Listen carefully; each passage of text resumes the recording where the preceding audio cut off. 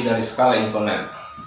Kali ini kita kedatangan tamu, seorang pemerhati lingkungan dan juga peduli dengan sampah. Tentunya untuk Kota Tangerang Selatan. Saat ini kita perkenalkan dulu Abah dari mana dan namanya siapa, monggo silakan. Assalamualaikum warahmatullahi wabarakatuh. Perkenalkan, nama saya Abah Piik. Kebetulan saya berada di lingkungan LPM, artinya pemberdayaan masyarakat. Iya, iya. Sekaligus saya di sini memperhatikan lingkungan, Iya. untuk khususnya untuk Tangsel, tetapi secara keseluruhan kita memikirkan bagaimana Indonesia dengan sampah. Oke. Sebenarnya kita melihat ya banyak permasalahan tentang sampah nih yang khususnya Kota Tangerang Selatan. Bagaimana sih untuk mengatasinya, Abah Piik, supaya ini sampah bisa dijadikan apa, ditanggulangi seperti apa ini sampah supaya tidak masyarakat tuh tidak gerah kayaknya kepada sampah ini. Terutama kali itu adalah sampah ini bagi masyarakat sering kita lihat itu terlalu jijik ya. Padahal sampah itu kalau dikelola dengan baik tentunya akan menghasilkan yang baik ya kan. Nah seperti apa itu Abah? Tolong dijelaskan. Gini, kalau kita bicara khusus untuk Tangsel aja, Iya. kalau kita bicara masalah sampah, tentunya kita bicara masalah data sampahnya itu sendiri dan data lingkungan dari mana sampah itu berasal. Iya, iya. Kenapa sampai saat sekarang belum ada yang bisa mengelola sampah dengan benar? Artinya, sampai saat ini kita hanya bisa memindahkan masalah. Adapun itu bank sampah dan lain-lain pemulung itu hanya sekian persen saja gitu. Jadi belum ada treatment yang sebenarnya bagaimana sampah ini supaya tidak sampai ke TPA. Harus ada penanggulangan atau harus ada namanya pengupasan, uraian supaya sampah ini tidak cepat menumpuk di TPA akhir dulu ya. Ya. Yang ada sekarang ini namanya Cipecang untuk Tangerang Selatan ya. Oh iya Abah, tentunya kalau untuk sampah tempat TPA sampah yang di Kota Tangerang Selatan ini khususnya ya, sebenarnya itu membutuhkan berapa sih lahannya?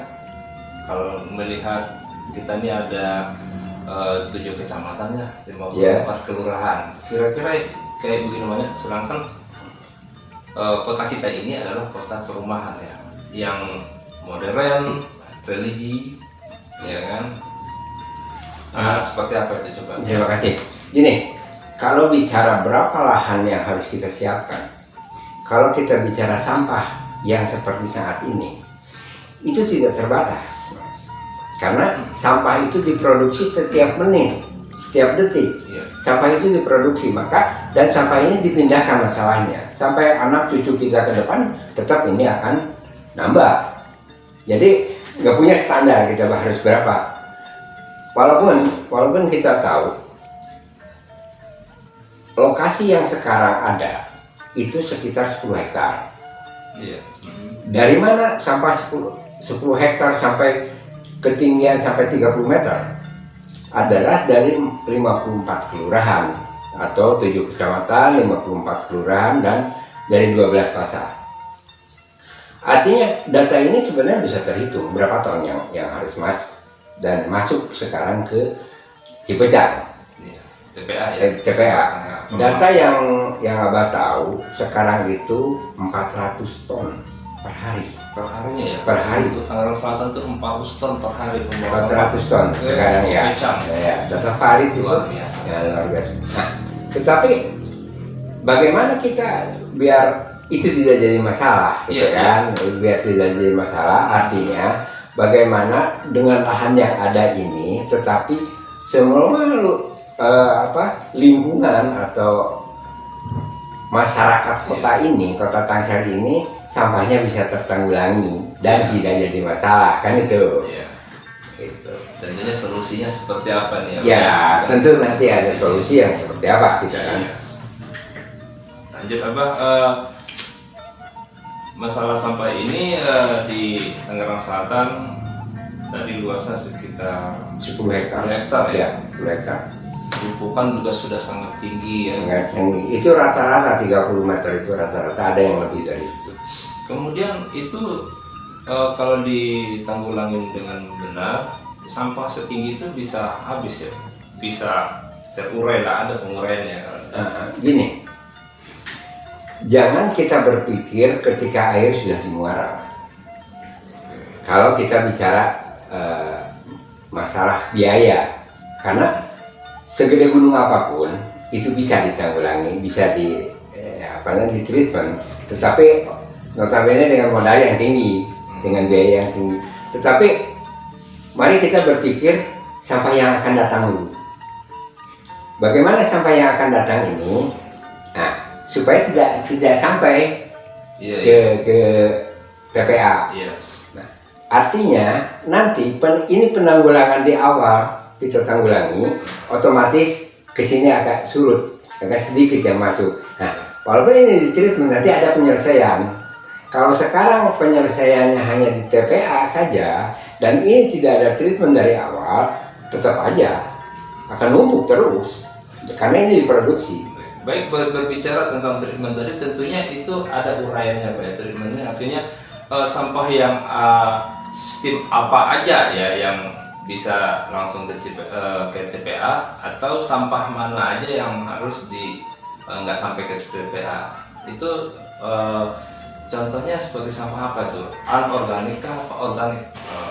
Gini, sementara ini yang dilakukan di setiap kota atau setiap daerah itu baru bicara masalah sampah anorganik. Karena dengan sampah anorganik ini mereka pikir ini udah laku. Jadi pertama ada pemulung. Iya. Yang pertama kali sekarang ada di beberapa titik adalah yang namanya bank sampah. Artinya dari rumah udah dipisahkan bahwa ini yang laku. Selain dari itu dia buang. Nah, tetapi mari kita bedakan. Apa sih sampah itu? Sampah itu kan ada 3. Yang sekarang itu menurut pemerintah ada 3. Yang satu adalah sampah yang organik. Kedua, sampah anorganik. Artinya anorganik ini dipisah sama pemerintah, itu ada plastik yang bisa didaur ulang. Ada juga sampah yang bahaya, artinya kaca dan sebagainya, ini dipisahkan. Tapi sesungguhnya sampah itu ada beberapa macam. Organik itu nggak semua organik yang bisa didaur ulang. Sampah anorganik pun begitu. Kenyataannya sampah anorganik setelah diambil oleh bank sampah, setelah oleh pemulung, yang ketiga dari penarik itu ada juga yang jadi pemulung. Nah, kenyataannya di Cipucang itu masih 80% sampah plastik, bukan organiknya. Yang tinggi numpuk nggak busuk itu ada sampah anorganik, anorganiknya.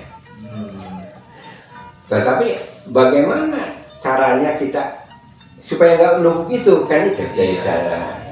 Jadi kita bicara bagaimana kita nanti bicara dari mana sih awalnya kita harus menanggulangi sampah ini.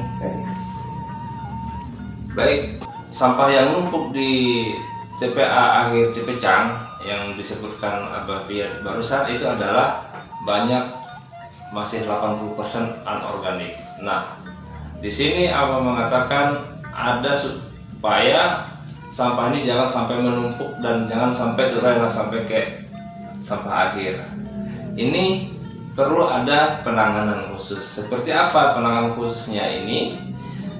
Langsung tolong Abah bicarakan supaya penguraian nanti jangan sampai ke Cipecang itu bisa teratasi di awal, artinya di hulu ya. Di hulu. Kalau dibicarakan nanti kita lah nyampe di TPA itu kan sudah muara ya, tempat semuanya bertumpuk, muara bernumpuk di sana. Nah, supaya nggak nyampe ini masih sekitar 80% masih ada tumpukan anorganik yang di tempat pembuangan akhir, yaitu Cepecang di Tangerang Selatan. Ini apa sih Pak supaya jangan sampai ke sana menumpuk? Apa di hulu ini penanggulangan supaya jangan terjadi penumpukan itu apakah kira apa solusinya itu? Tolong jelaskan Pak. Gini, sebenarnya sampah ini bisa diselesaikan itu dengan kebijakan juga. Jadi kebijakan pemerintah juga di sini ikut serta. Artinya dengan kebijakan, dengan keputusan pemerintah, dengan payung hukum yang benar, maka ini bisa tergurangi. Artinya bagaimana kita supaya TPA ini stuck. Artinya tidak membuang lagi dari saat ini ke TPA. Artinya, kita pikirkan dulu bagaimana di hulunya dulu. Ketika hulunya sudah selesai, maka stuck. Baru berpikir bagaimana TPA itu supaya bersih lagi, kan itu. Nah, sampah yang tadinya ada di masyarakat, kenapa sekarang sudah dibuang, ada pemulung, ada apa, tetap anorganiknya ada. Karena ketidakdisiplinan kita semua. Artinya sampah basah itu disatukan dengan plastik, sehingga pemulung itu nggak mau ngambil sampah itu karena kotornya. Tetapi yang bersih-bersihnya mereka ambil dan mereka jual, kan gitu. Jadi ada nilai uangnya. Jadi yang sudah ada di TPA sekarang ini sampah plastik itu adalah yang tadinya bercampur. Ya, karena sampah ini bisa ditreatment, cuma kita harus bisa mengklasifikasi sampahnya, gitu. Jadi bagaimana kita biar nggak stuck, biar di TPA ini jadi stuck, jadi nggak buang lagi ke TPA. Mari kita pikirkan ke hulu. Tentunya tadi saya telah mendengar penjelasan dari Abah itu ada LPM. Nah, di sini LPM ini adalah bagian dari lembaga pemberdayaan masyarakat. Iya. Dan tentunya LPM juga harus ikut ya, turun tangan bagaimana juga menanggulangi sampah yang ada di kelurahan atau sampai ke tingkat RT dan RW ya, gitu ya, RW dan RT. Ya, kami memikirkan, justru ini salah satu pemikiran kami, salah satu sumbangsih kita ke Tangsel, utamanya secara umum untuk Indonesia. Mari kita berpikir ini sampah ini harus selesai, karena bumi ini adalah titipan anak cucu kita, makanya harus bersih. Nah, ini titipan, kita harus memelihara karena lingkungan tadi. Lalu bagaimana bisa stuck dulu tadi? Mari kita hitung. Tangsel mempunyai 12 pasar. Artinya titik-titik penyebabkan bau. Yang menyebabkan bau itu adalah titiknya awalnya pasar. Dia sampah organiknya 80% dan anorganiknya itu hanya 20% dari pasar. Nah, beda lagi dengan dari masyarakat. Nah, kalau dari masyarakat jelas biasanya itu anorganiknya yang lebih tinggi dibandingkan organiknya. Itu. Nah, sebenarnya kalau dengan kebijakan pemerintah diadakan satu ketentuan, satu hukum, karena penyumbang sampah organik itu adalah pasar, bagaimana organik itu dikelola di pasar itu sendiri dan dikembalikan ke kampung. Karena para petani, para pedagang itu membawa dagangan itu dengan sampahnya, Mas. Kita pisang dengan cangkangnya, gitu kan, kelapa dengan batoknya, dengan sampahnya, dengan airnya itu, nah, itu harus dikembalikan lagi kepada mereka. Itu baru. Jadi sudah treatment, mereka yang datang beli bawa lagi. Jadi dia ada kembali ke mereka lagi. Tentunya dengan ada proses ya, Pak. Tentunya dengan ada proses. Nah, disinilah mutu dari LPM tersebut harus mengembangkan, harus gitu ya? Ya, jadi Mutu LPM mengembangkan bagaimana itu bisa kembali ke sana, apa yang dilakukan, kan tentu ada uraian. nanti ada uraiannya. Saat ini pembicaraan kita rehat sementara karena ada lagi yang akan kita bahas setelah ini, tapi jangan kemana-mana, tetap di Skala Connect.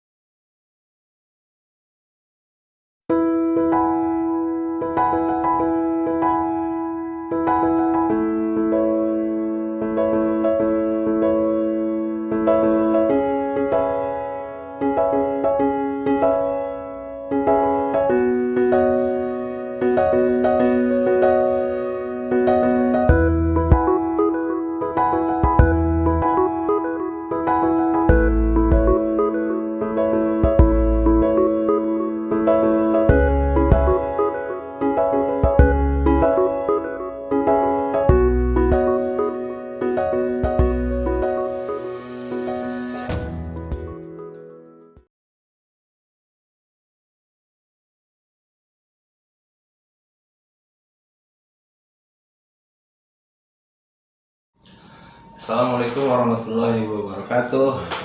Kembali lagi di Skala Connect. Kali ini kita akan melanjutkan pembahasan tentang masalah sampah tadi bersama Abah Iit ya.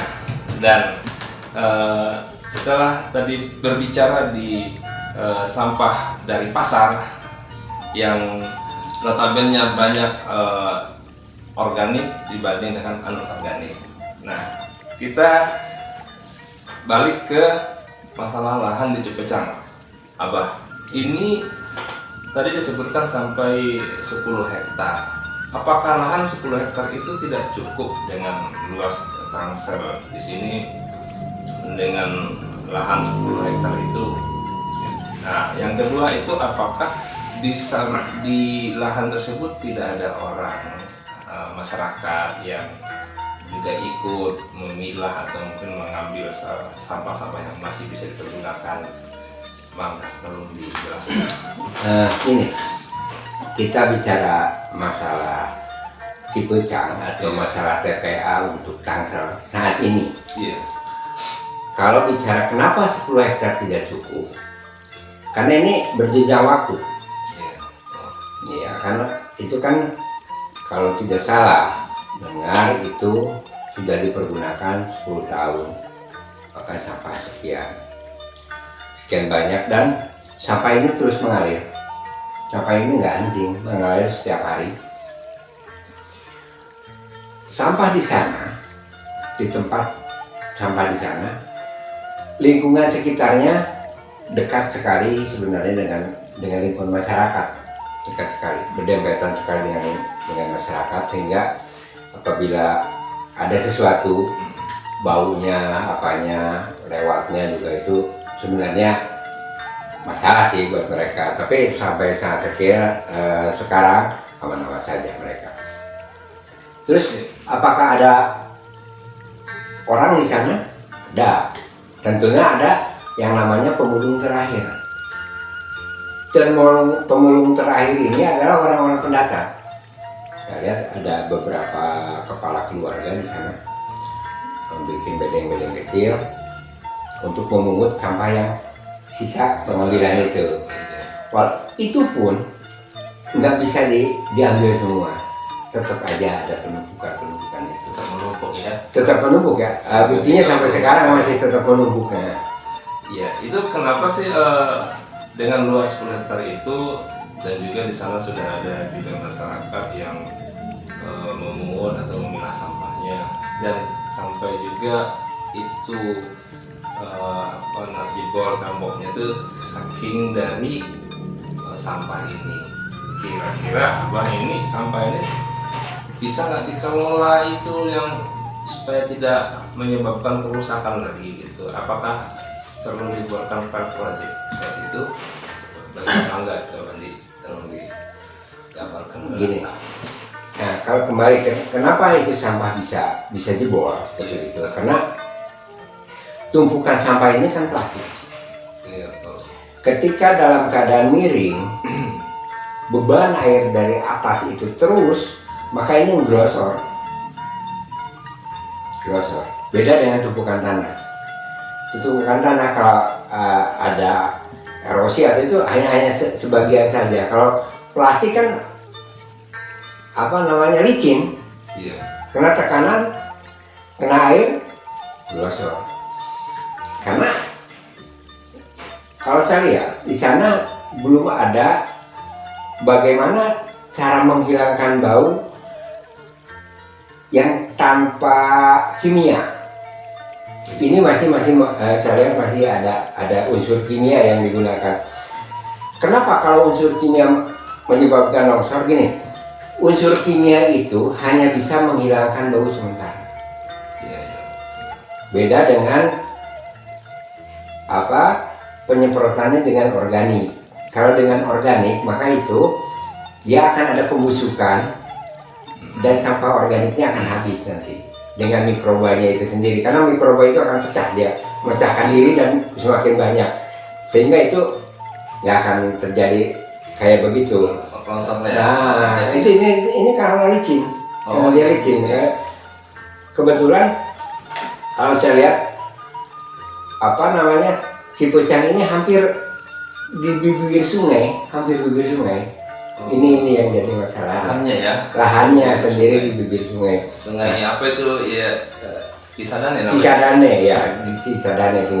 Nah, kalau bicara tadi menanyakan apakah di sana harus ada pilot project atau bagaimana? Tentunya harus. Tentunya harus ada pilot project. Untuk apa pilot project di sana? Selain untuk mencontohkan bagaimana cara treatment sampah. Itu bukan untuk Cipucang saja, tetapi kita berharap di sana ada pilot project. Tapi ini untuk masyarakat semua itu,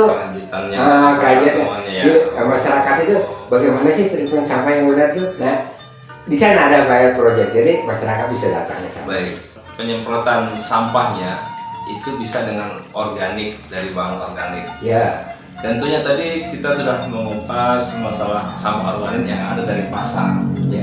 Berarti sampah organik ini bisa diolah menjadi bangsa dari sampah itu sendiri ya, kalau disemprotkan dengan organik.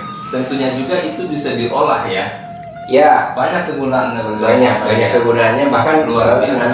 Nanti kita segmen berikutnya nanti kita bicara bagaimana sampah organik ini diolah sehingga jadi manfaat. Jadi manfaat itu buat kita semua. Jadi manfaat juga untuk orang lain. Ramah dengan lingkungan. Nah, gitu. Intinya itu dulu. Ketika nanti kita bisa men-treatment itu sampah pasar, tapi di pasar sendiri, maka ini nggak akan sampai ke sini. Ya kan? Gitu. Jadi apakah sampah itu sendiri bisa diselesaikan di masyarakat ya?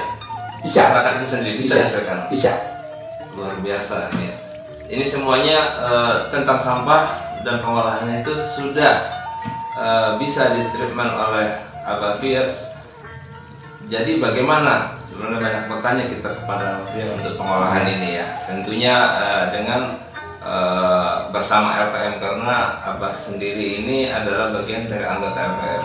Di sini LPM harus ikut dalam tahapan bagaimana pengolahan kepada masyarakat, ya kan, dalam kelurahan. Ini harus ikut terjun ya, harus terjun kali ini, tidak hanya nama saja ya. Oh iya, enggak. Kita berusaha LPM ini akan bekerja sama dengan pemerintah. Tentunya kalau tidak ada campur tangan pemerintah pun itu nonsense, tidak akan terjadi. Karena kebijakan itu harus ada kebijakan dari pemerintah.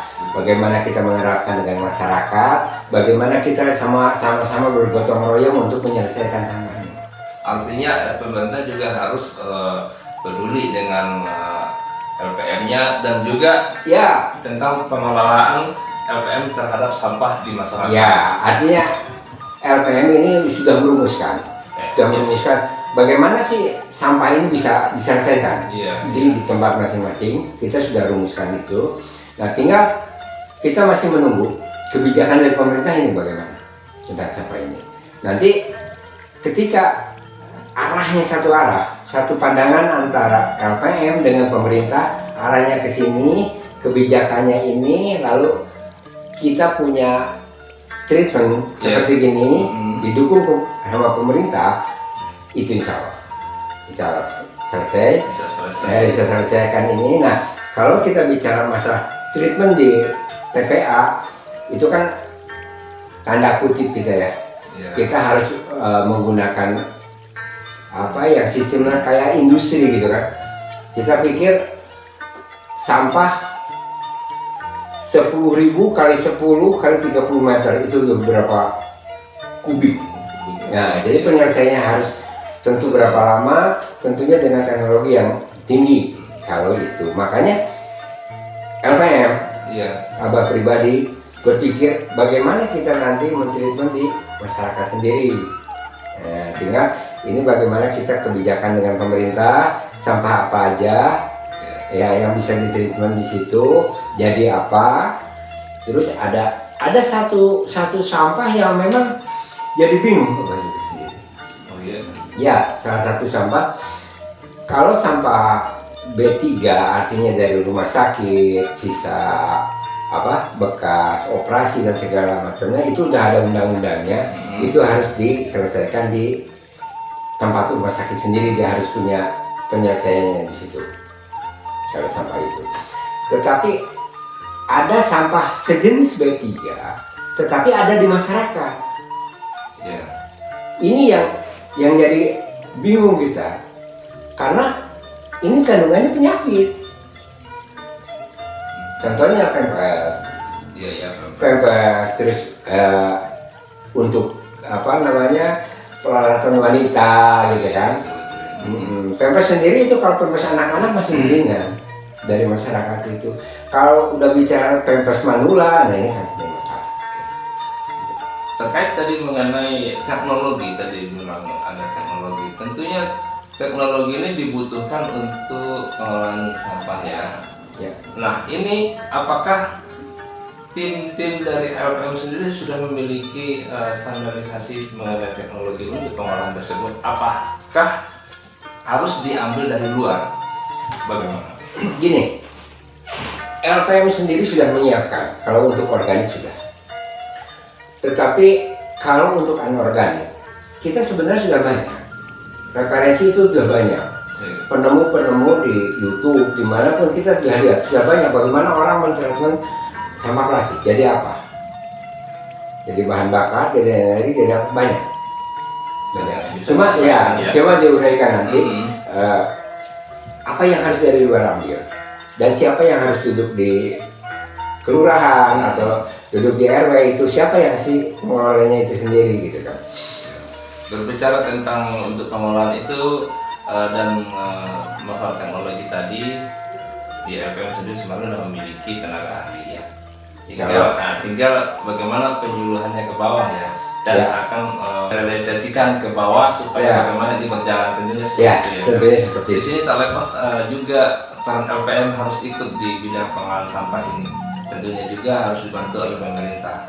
Nah, di sini Abang menceritakan tadi banyak sebenarnya yang diambil materi dari sampah ini bisa dipergunakan dengan banyak hal ya, bisa menjadi itu organik, bisa menjadi pupuk dan sampah lainnya anorganik bisa menjadikan minyak atau apapun lah dan sejenisnya ya. Ya, artinya kita ini kan sekarang digalakkan di pemerintah itu adalah ketahanan pangan. Salah satunya sampah itu menjadi penyangga ketahanan pangan itu sendiri dari sampah. Kita malu dengan Korea Utara. Korea Utara itu masyarakatnya itu diwajibkan menyetor pupuk organik kepada pemerintah.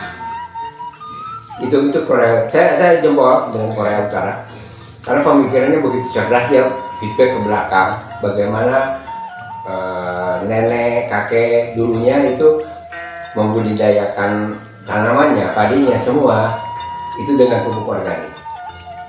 Kan Indonesia ini disebut salah kaprah bukan mungkin ya, nggak kapasitas saya untuk ngomong itu. Cuma kita agak sedikit keliru. Artinya yang lain kita beli, yang ada kita buang. Utang kita negara ini tentang pupuk Korea aja triliun mas. Tetapi sampah yang sampai sekarang itu tidak dikelola. Iya. Coba lihat saya kemarin terakhir lihat berita untuk urea saja negara masih punya utang. Untuk urea saja. Tetapi bahan yang ada ini untuk kembali kepada pertanian, yang notabene kita adalah negara agraris, nggak dikelola, nggak sampai, tidak ketemu ya pada kita agraris ini. Segala yang ada tumbuh segala macam yang ada di tanah air kita ini seharusnya itu bisa menjadi pupuk juga ya. Iya, makanya itu recycle itu kan gitu. Recycle itu adalah dikembalikan kepada habitatnya, gitu kan. Kalau anorganik itu adalah energi. Sebenarnya energi yang namanya energi di dunia ini nggak hilang, dia hanya berubah bentuk.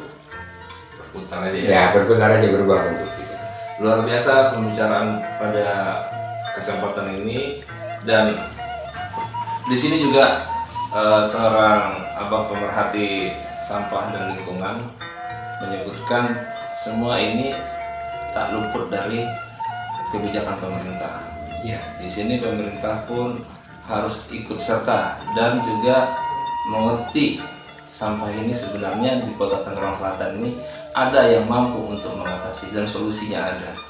Tapi bagaimana supaya solusi ini tersampaikan oleh pemerintah atau kepala daerah pemerintah Kota Tangerang Selatan?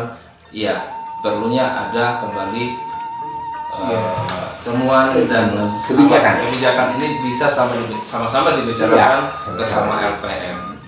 Nah, LPM sendiri pun sudah siap untuk menghadapi atau untuk memecahkan solusi permasalahan tentang sampah di masyarakat Kota Tangerang Selatan. Ya, artinya kesimpulannya kami dari LPM itu berharap bagaimana feedback dari pemerintah untuk kita satu arah melihat tentang sampah ini, bagaimana penyelesaiannya. Mari kita duduk bareng, mari kita bicara bagaimana solusi dan sebagainya. Dan kami siap untuk presentasi harus bagaimana. Baiklah. Terima kasih banyak Abah Wahid, pemerhati lingkungan Kota Tangerang Selatan. Terima kasih atas kesempatannya. Sama-sama. Di segmen pertama ini tetap ikuti perkembangan episode masalah sampah di Skala Infonet, dan komen serta ada saran silahkan diketik di bawah dan kirimkan kepada kami di redaksi Skala Infonet. Terima kasih perhatian dan atensinya kepada Skala Info. Lain waktu kita akan ketemu lagi dalam segmen berikutnya mengupas masalah sampah dan treatment yang lebih detail. Amin. Salam Skala Info. Assalamualaikum warahmatullahi wabarakatuh.